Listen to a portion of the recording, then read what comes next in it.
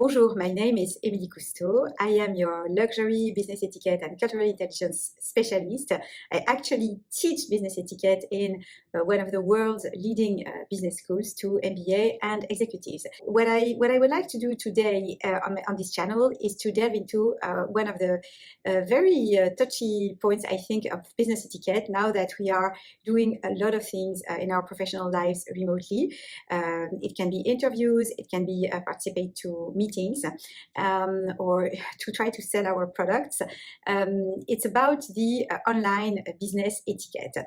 So one of the reasons why I decided to make this video today is because last week I came across a post on LinkedIn where one of my friends, who is a very high-level recruiter, just gave an interview to somebody, a candidate that was working for, at least, I don't know what kind of job he was applying to, but he was working for one of the major consulting firms in the world. So this guy probably travels a lot. He was out of his basically hometown in a hotel room, and he gave the interview as a candidate from his hotel bed. And my friend was extremely shocked, and he dismissed him, although he was on every other point on the paper, according to his CV and his professional experience and his degrees, this person seemed to be a very good candidate, but just because of the fact that he was in bed, dressed, I mean, he was not in his pajamas, but just by the fact that he was in bed, he was dismissed. So there was a lot of discussion then going on LinkedIn after the post, people saying, maybe, he didn't have a desk, or, maybe, but did he explain why he was in bed or whatever? I think these points and these discussions are totally irrelevant. The only important thing that matters is that this was, for the recruiter, a point that was an absolute no-go, an absolute red flag, because it meant that this person showed in a way that was not professional. First of all, as a candidate in a job interview, and second, that probably they would also replicate this kind of behavior in their professional life. So this means it has two consequences. First of all, they are not aware of their self-image in a professional setting. And second, they are not aware of what kind of behavior can potentially damage the corporate image of the company they are working for. So I thought of the 10 basic etiquette mistakes that are commonly done and that are very easy to avoid if you are either on a job interview or if you are participating to meetings through Zoom or whatever other platform it is. First of all, it's very common. It's the misunderstanding of time zones. This is a very common etiquette pitfall. I mean, I think a very nice way to do things is to check everybody's time zones. And when you send out an invitation, if you are the person sending out the invitation, is to specify the time of the meeting in each of the time zones. And if you are the receiver of the invitation, to really double check. It's very easy to go online. There are so many websites telling you instantly what time it is in Dubai, Los Angeles, London, or Paris. What time it is exactly in the city. So the first mistake is very easy to avoid, is to double check the time zone and to be mindful of the person you are working with, the person you are inviting's time zone. The second mistake is about the cultural dress code. So the cultural dress code, for me, if we look at a business etiquette point of view, it's about, there's two things to consider. First of all, it's the country that you are working in. In Europe or in France, I think people, particularly for women, tend to be extremely relaxed in the summer with bare shoulders. Sometimes I think the dresses look a little bit schlumpy, like open-toe shoes and things like that. When I was working, I used to work in the Middle East, where I have lived and worked for over 10 years. Even in very hot weather, people tend to have a very, very formal business attire. So I would advise you to be very mindful of the people, I mean the global and the environment, the country that you are going to interact with.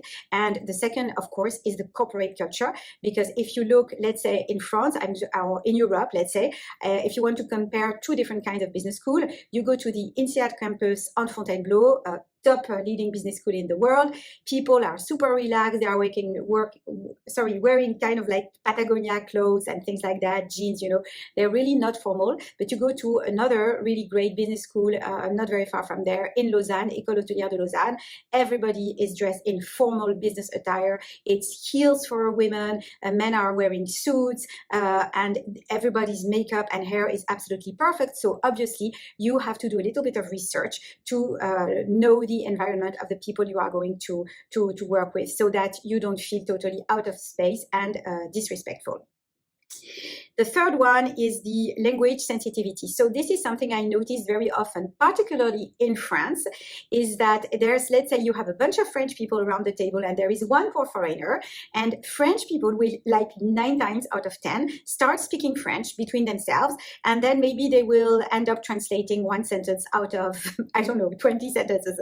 And this is so, can come across as extremely rude and absolutely not mindful of the person that you, that is in the business with you, because you are not being inclusive. So I would say really try. Usually the language business is English, so you have to try to speak English, or at least find a common language that everybody understands, and speak clearly. Try to avoid idioms. It's just about making sure that everybody is absolutely feels absolutely included. The fourth, my fourth tip is about background noises and distractions.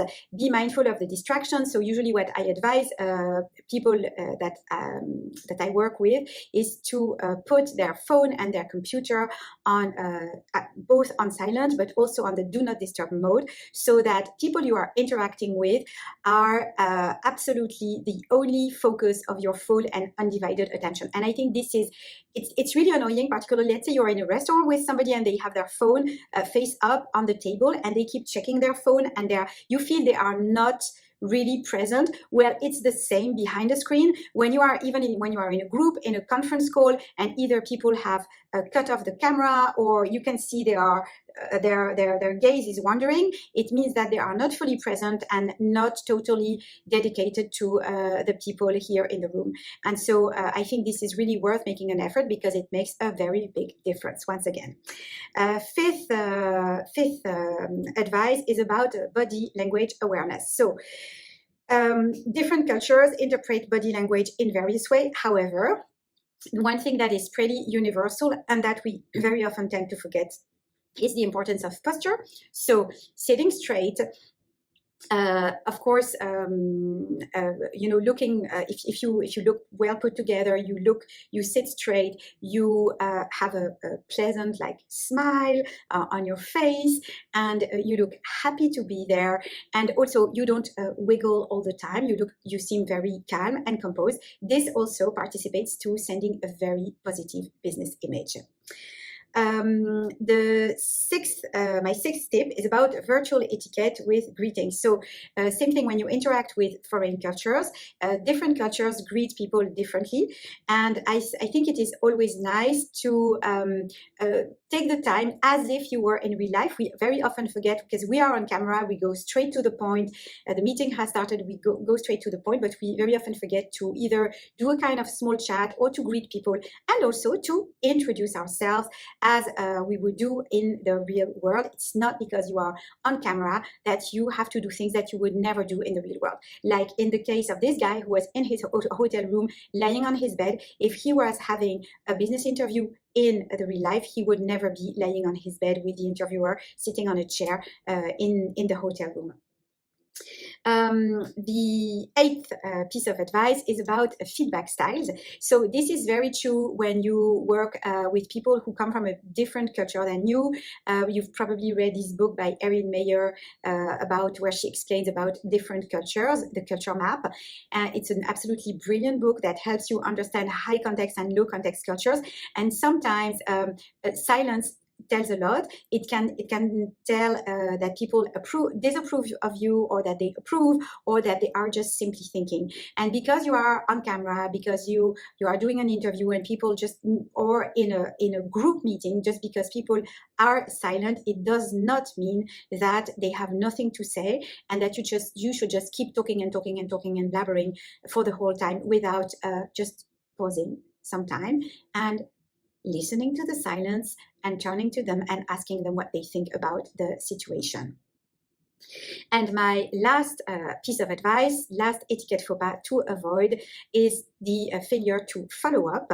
So after a meeting exactly as you would do in the real life when you meet somebody, if it's online or if it's in the real world, a very quick note, a very quick message, a one-liner to say, this was a great meeting, this was a great interview, very happy that I have met you, connect them on LinkedIn, whatever, send a WhatsApp, whatever you like, but a very, very quick and short and sweet note of follow-up is a great practice and will make you look super professional. Okay, let me just add one 11th tip. As I'm closing this video recording, I just thought about something else. This is my background that makes me think about it. I want to talk about blurred backgrounds because very often what we see in interviews or in group calls, same, is that people do blur their backgrounds. Okay, blur backgrounds, I understand the interest of blurring the background for privacy reasons. But, you know, when you spend a lot of time online in business meetings and you see all these people and all the backgrounds look the same and everybody looks the same and the lighting is bad and everything is bad, you don't remember people in the end. Whereas somebody who really has a nice polished background with somebody like a kind of a striking image like this one, that is my signature, is just a painting at home. I always record my videos in front of this painting. Well, it will make them very easy to remember. People will be like, oh yes, it's this woman, you know, she's sitting in front, the picture of the École Militaire in Paris. And this is something that they will remember, they will associate with you, and they will also remember you much more easily. So really, I think this is probably, it sums everything up, but what I would encourage you to do, and it's probably my golden nugget to close this video, is to practice in front of the camera. You know, just film yourself, try different lightings, try different places, camera holder, how to place your camera, things like that, and just then review your recording and just to like roast yourself, you know, try to give yourself honest feedback. If you didn't know yourself and you would see you as a candidate or as somebody you want to do business with, what would you think of this person? So thank you for joining me today on Chic French Living. I hope you like my business tips. You can feel free to screenshot my cheat sheet where I have written the recap of all these 10 etiquette faux pas that are so easy to avoid. And really, I'm saying this with a lot of love from my luxury expert point of view, is that, you know, branding, if it's about a product or if it's about personal branding, is really about small details. And don't forget that when you are on camera, well, it's your personal brand that you are selling. So trying to elevate your brand and showing up as your best self is always the best bet. So see you soon on this channel for my next tips on business etiquette. Au revoir.